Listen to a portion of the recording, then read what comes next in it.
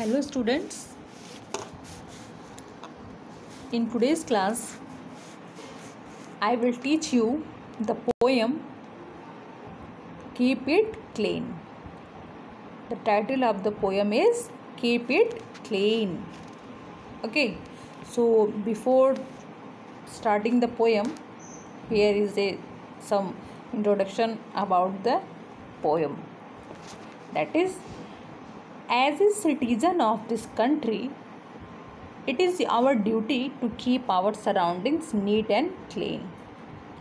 As a citizen of this country means इस देश का नागरिक होने के नाते ये हमारा कर्तव्य है कि हम अपने आसपास की जगहों को साफ और सुरक्षित साफ सुथरा रखें. The poet is asking to the readers, मतलब वो हम लोगों से पूछ रहा है, कह रहा है, सिटीजन्स ऑफ द इंडिया, कि how often do you see someone throwing garbage around you and stop them from doing so. How often, कितनी बार आपने, कैसे, कितनी बार, कैसे आपने जब देखा है किसी को गार्बेज आपके आसपास फेंकते हुए, तो आपने उन्हें ऐसा करते हुए कितनी बार रोका है, कितनी बार मना किया है. आर यू ऑलवेज केयरफुल, क्या आप हमेशा इस चीज़ का ध्यान रखते हैं, to throw garbage in the dustbin only, कि आप हमेशा कूड़ेदान में ही कूड़ा फेंकते हैं. डिस्कस इन क्लास, क्लास में डिस्कस करिए. Okay, so students, this poem has 5 stanzas. Okay, and today we will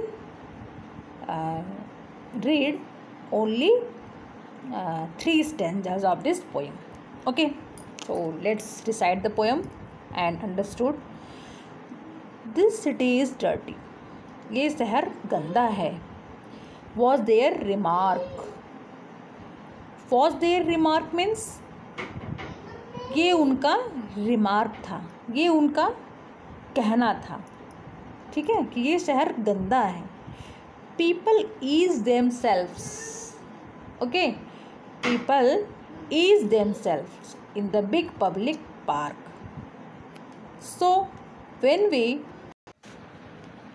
मतलब लोग एक दूसरे को आपस में दूसरे से चर्चा करते हैं, कहते हैं ये शहर बहुत ही गंदा है और बहुत ही भद्दा हो गया है. ये उनका कहना है. पार्क में लोग टहल रहे होते हैं और आपस में बातें करते हैं, एक दूसरे को दोषारोपण करते हैं, ठीक है. In second para, there is a garbage everywhere, as you can see in the picture.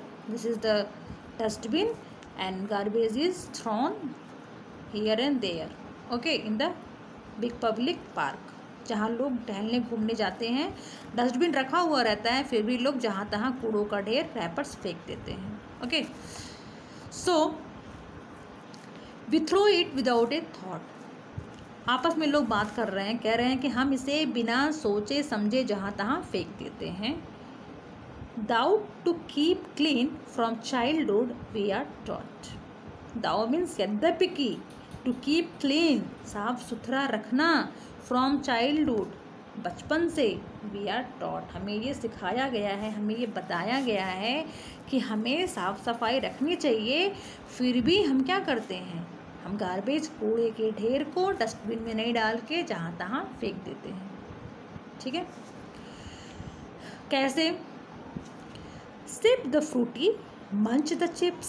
SIP the Frooti means जब हम फ्रूटी पीते हैं, है ना, हम कोल्ड ड्रिंक या जो भी चीज़ स्क्वीज करते हैं उसे पीते हैं, सिप कहते हैं ना, उसकी सिप लेते हैं, तो हम क्या करते हैं, उसके स्ट्रॉज, उसके सिप करने के बाद उसे वो रैपर्स फेंक देते हैं. मंच, और वो चिप्स का जो पैकेट होता है, वो रैपर्स को हम मंच, उसे